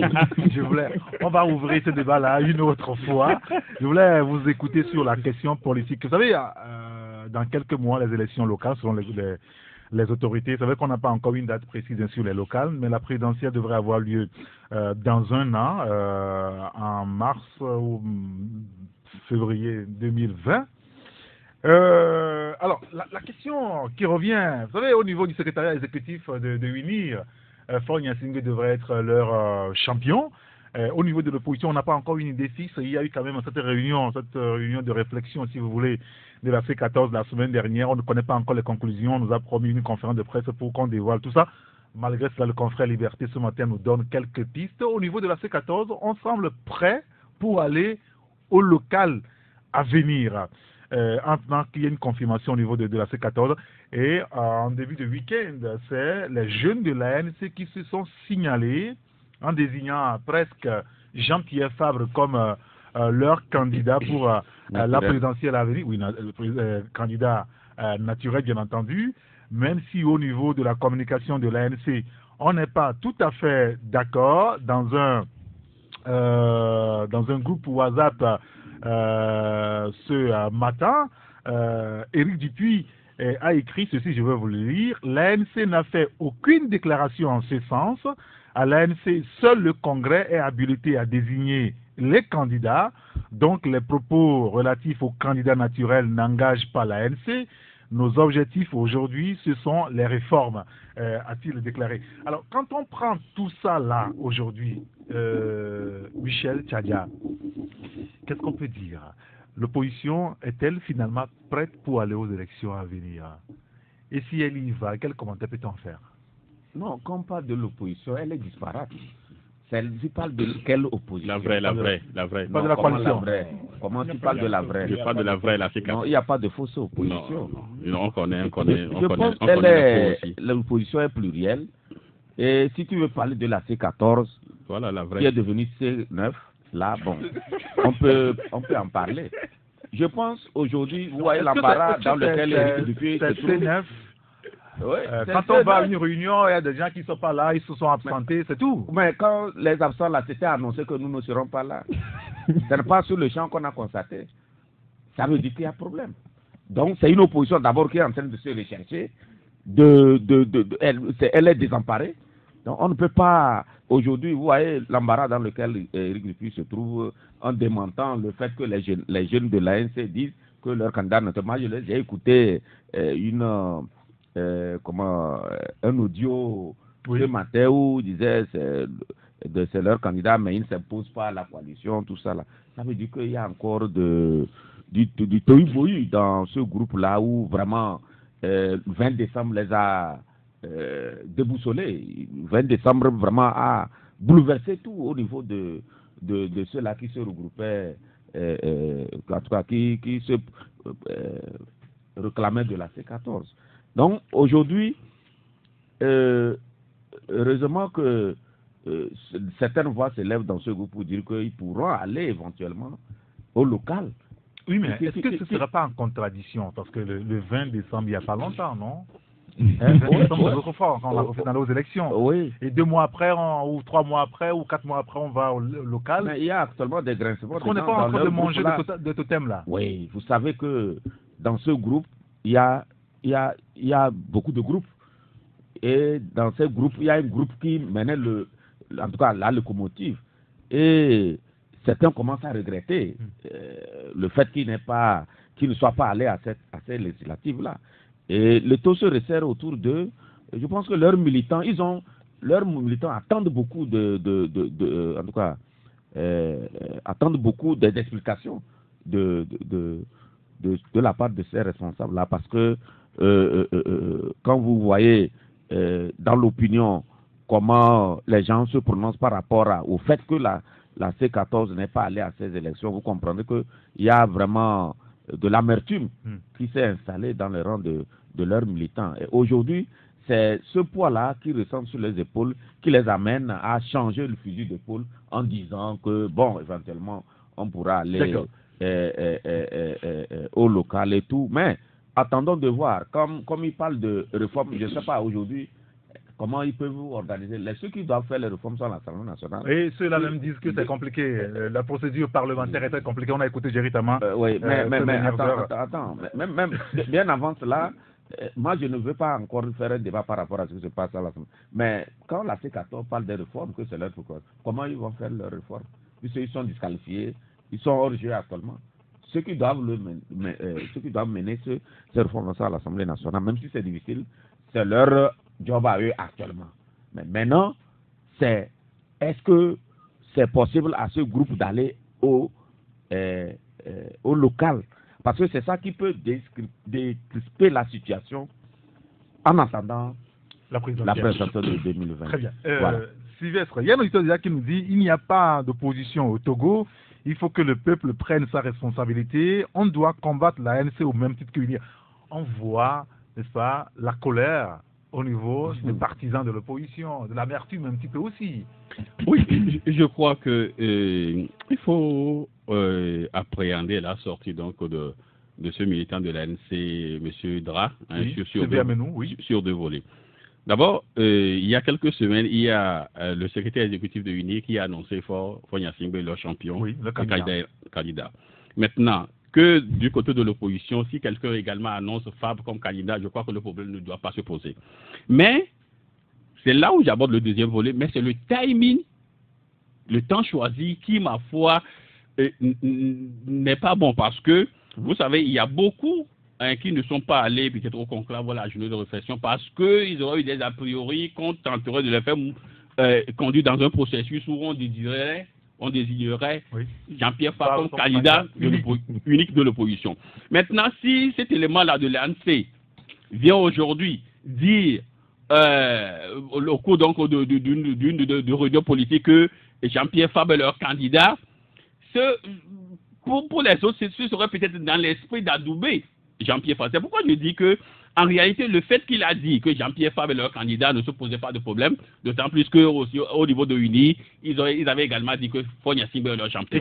Mais c'est le terme, c'est le timing, le temps où il a dit, au moment où il y a encore des suspicions sur une candidature unique et qu'on choisirait de propulser Jean-Pierre Fabre, c'est là où je dis que c'est le timing qui n'est pas bon. Très bien. Maintenant, en ce qui concerne du moins les réformes, bien écouté tout à l'heure Michel Tchadia qui disait que l'opposition, la cicatère d'orge et tout ce qui va avec.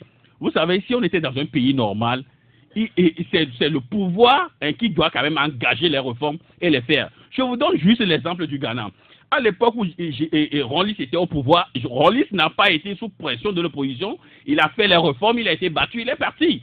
Aujourd'hui, le pouvoir est uni à ce que on puisse quand même les battre pour avancer. C'est là où il faudrait reconnaître aujourd'hui il n'y a pas une volonté politique, il n'y a pas une volonté des gouvernants à faire les réformes. Ce n'est pas parce que les autres ne sont pas là parce qu'ils ne sont pas là que vous ne pouvez pas faire les réformes. Les réformes ne concernent pas l'opposition, les réformes concernent tout le peuple togolais. Et vous avez eu plus de 12 ans à le faire. Aujourd'hui, quand j'ai écouté un député là, je crois il y a quelques heures qui disait que non, il n'y a pas pour l'instant de commission de loi pour réfléchir sur la réforme, je vous dis que unir nous conduit encore vers des lendemains encore beaucoup plus incertains dans ce pays. Parce que si on doit encore aller à ces locales-là sans que les réformes, sans que UNIR n'arrive pas à faire les réformes, je vous dis qu'on part encore sur de mauvais pieds. Merci beaucoup, Sylvain. Oui. Je ne sais pas pourquoi le confrère Bieni s'enflamme. Je ne m'enflamme pas, je suis dans une logique que le peuple togolais partage. Je ne sais pas pourquoi tu es étonné. Je sais pas pourquoi. Non, je ne suis pas étonné parce que je connais le régime. Non, quand tu dis que ils ne sont pas pressés à faire les réformes, mais c'est de bonne guerre. Aujourd'hui, le boulevard est ouvert. Ils n'ont plus de pression. Voilà, c'est pourquoi je ne veux pas que nous soyons dans cette logique. Normalement, ce n'est pas au peuple de faire la pression sur le pouvoir pour faire les réformes. Les réformes, c'est la politique. Non, nous ne sommes pas dans ce cliché-là. Si nous restons dans ce cliché, c'est comme si nous sommes en train de féliciter ceux qui sont là. Nous sommes sur un terrain politique, Sylvestre. Nous sommes sur un terrain politique, donc ce n'est pas la peine de dire que non. Pas l'église. Justement, mais regarde ce qui s'est passé au Sénégal. Macky Sall dit non, écoutez, je réduis le mandat à 5 ans. Le Conseil constitutionnel mais le Conseil constitutionnel a refusé. Mais si le monsieur voulait vraiment, qu'est-ce qu'il allait faire? Il va dire non, malgré que les autres ont refusé, moi je vais faire les 5 ans. Mais écoutez, il s'est caché derrière le Conseil constitutionnel pour continuer. Aujourd'hui, il faut reconnaître que dans notre pays, il n'y a plus de pression. Voilà les députés qui avaient commencé, on nous a annoncé, on a écouté sur les médias qu'ils n'iront pas en vacances. Mais ils sont en vacances. Ils sont en vacances. Jusqu'en avril. Justement, non, c'est pour te dire qu'effectivement, il n'y a aucune pression. Tu comprends, non? Il n'y a aucune pression aujourd'hui. Est-ce que c'est pas le danger dans la politique togolaise? Mais, Eric, quel danger? Dites-moi. Non, c'est-à-dire que quand un pouvoir est dans une république et qu'il n'y a pas de pression. Justement, je suis d'accord avec vous. C'est ce que j'ai dit. Dans un pays où il n'y a pas d'opposition, c'est pas bon également pour le pouvoir. Oui, vous comprenez? C'est pas bon pour le pouvoir. Mais qu'est-ce qui nous a mis dans cette nasse-là? Au fait, c'est l'opposition. Aujourd'hui, on a appris qu'il y a des rencontres secrètes qui se font pour qu'ils puissent aller au local. Et voilà le chemin. Donc, ceux qui ont avancé l'idée par rapport à ces rencontres secrètes-là, nous sommes en train de voir que finalement, on avance vers là. C'est pour aller finalement au local sans les réformes. Oui, mais à quoi bon boycotter les législatives pour aller au local 4 mois plus tard? Mais c'est dommage. Vous avez constaté que moi je riais parce que ce débat-là, ma foi, ça fait rire. Non, ça me dépasse pas parce que quand on le dit souvent ici, il y a des gens qui sont cachés derrière des numéros bizarres qui écrivent n'importe quoi sur la toile. On se regarde bien droit. Bien en face maintenant par rapport à ce débat. Et moi, personnellement, par rapport à ce sujet de qui est candidat, qui n'est pas candidat, tout le monde sait que l'ANC désignera Jean-Pierre Fabre comme candidat du parti s'il y a une présidentielle auquel le parti décide de participer. Bon, ça, c'est pas un débat. Maintenant, par rapport au conclave et tout ce qui va avec et tout, bon, moi, je pense qu'aujourd'hui, au niveau de la coalition des 14, il y a aujourd'hui matière matière à réfléchir sérieusement sur l'avenir, parce qu'on ne va pas continuer dans une entourloupette. On est dans une entourloupette, on ne voit pas d'issue. Mais on continue de maintenir l'illusion en disant que non, on est dans l'entourloupette, et bon, ça va aller, mais pendant ce temps, les 5 qui sont partis là, il y a des gens dedans qui sont candidats en 2020. Ils ne vont jamais vous suivre. Posez la question, faites vos investigations. Les 5 qui sont là, il y a des gens qui sont candidats en 2020. Et ça rappelle en 2010, où lors de la constitution du FRAC à Paris, Maître Agbouebo avait dit « Moi, je ne suis pas petit pour me faire prendre dans un guet-apens ». Vous vous rappelez de cette phrase? Et donc, c'est le même schéma. C'est le même schéma parce qu'aujourd'hui, il n'y a pas d'enjeu. Pourquoi la C14 se retourne? On n'a pas parlé de réforme. Il y a des élections locales qui sont programmées et la présidentielle dans un an, mais les gens se retrouvent pour réfléchir à l'avenir, pour penser à la suite de la lutte. Et donc, si déjà des gens se démarquent, c'est qu'ils ont aussi leur agenda. Maintenant, ce que Jacques dit par exemple, oui, ça c'est le jeu politique. Mais aujourd'hui, il ne faut pas que le pouvoir continue d'emprunter cette voie-là parce que cette voie nous a menés où nous en sommes aujourd'hui, le 17 août 2017, mais je pense aujourd'hui qu'on a suffisamment tiré des conséquences du passé pour ne plus retomber dans les mêmes erreurs, parce qu'on ne peut pas, au début de la législature, dire aux gens qui sont en vacances, ils ont fait quoi? Non, mais ils ont fait juste 4 séances. Ils sont partis en vacances. Qu'est-ce qu'ils ont fait dans les 4 séances? Ils ont fait quoi? Parce qu'aujourd'hui, l'urgence, c'est le développement, c'est le bien-être des Togolais. On a passé du temps, 2 ans, à faire des marches. Le pays est à terre. L'économie est bloquée. Mais aujourd'hui, qu'on a la chance d'avoir un Parlement qui puisse prendre des mesures pour corriger ce qu'il faut corriger, on dit qu'ils sont en vacances. Ils sont en vacances pourquoi? Qu'est-ce qu'ils ont fait? À part prendre des lois qui ne sont pas constitutionnelles au premier coup. Oui, mais il faut qu'on me dise qu'ils ont fait en vacances. Donc aujourd'hui, je pense qu'on n'est pas là pour payer des gens gratuitement. C'est-à-dire c'est l'argent du contribuable. Les gens sont là, ils sont élus pour faire un travail. Et donc, on ne peut pas nous dire, à ce stade où il y a des choses importantes, des chantiers importants pour le pays, nous dire que les députés sont en vacances. Je suis désolé. Monsieur, merci beaucoup. Il y a quelques messages, malheureusement, le temps a fini. Il y a ce qui pose une question, si on peut répondre à la question. Il dit pourquoi le parti UNI parle peu des réformes constitutionnelles et institutionnelles attendues que des élections locales et présidentielles? C'est la question qu'il pose. Un autre auditeur qui nous dit l'intervention de Éric Dupuis n'a pour objectif de divertir l'opinion. C'est eux qui ont manipulé ces jeunes dans cette déclaration, puisqu'ils voulaient passer par leur fameux conclave pour imposer leur mentor. C'est tout le groupe. Seulement, les 5 absents les ont aperçus de loin, nous dit l'auditeur. Il y a un autre qui nous dit, si certains accusent la C14 de ne pas aller aux élections, c'est ça, la C14 demande seulement les réformes avant les élections, parce qu'ils savaient qu'après les élections, unir ne fera pas les réformes.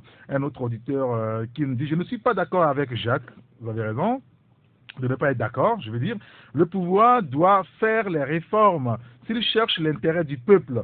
L'opposition n'est pas le problème du Togolais, mais le pouvoir, nous dit l'auditeur. Il y a un autre qui nous dit il n'y a pas de vraies élections au Togo sans les réformes, que la C14 ne se trompe pas, ne se trompe d'objectif, nous dit l'auditeur. Il y a un autre qui nous dit la plus grosse erreur que l'opposition, c'est-à-dire la C14, il a bien précisé, pourrait commettre encore après celle du 20 décembre, serait de choisir Fabre comme candidat en 2020. Et puis, ce dernier message d'un auditeur qui nous dit « J'aimerais rappeler aux gens que PNP continue pas à faire ses réunions hebdomadaires dans les villes. Attention !» Qu'est-ce que ça voudra dire? J'en sais pas grand-chose. Bon voilà, je pense qu'on a fait le tour, on doit rendre l'antenne. Mais il y a un message sur ce dont on parlait au début, c'est-à-dire la sécurité. Cet auditeur de nous dire que les causes du terrorisme, la jeunesse désœuvrée, terroriste par naissance, militaire mal équipé ou payé, oui, tout cela, mais sachez que les djihadistes n'opèrent que dans les terreaux fertiles. Ces terreaux fertiles sont les pays où les pouvoirs ne sont pas en odeur de sainteté avec les populations. Demandez à M. Michel Tchadia comment et par quels moyens un pays monarchique comme le Togo peut connaître l'alternance si les élections sont toujours truquées et gagnées par le même monarque qui veut mourir au pouvoir comme son père. C'est ce que dit donc cet auditeur. Monsieur, merci beaucoup. On va s'arrêter là pour aujourd'hui. Merci beaucoup Jacques Diakouti. Merci Elom. Merci Sylvestre. Michel, merci d'être avec nous ce matin. Merci à Jacques pour ceux qui a assuré la coordination technique. Appelez-moi Saint-Rigator. À demain. Merci d'avoir regardé la vidéo, abonne-toi et partage la vidéo sur les réseaux sociaux, Facebook et WhatsApp.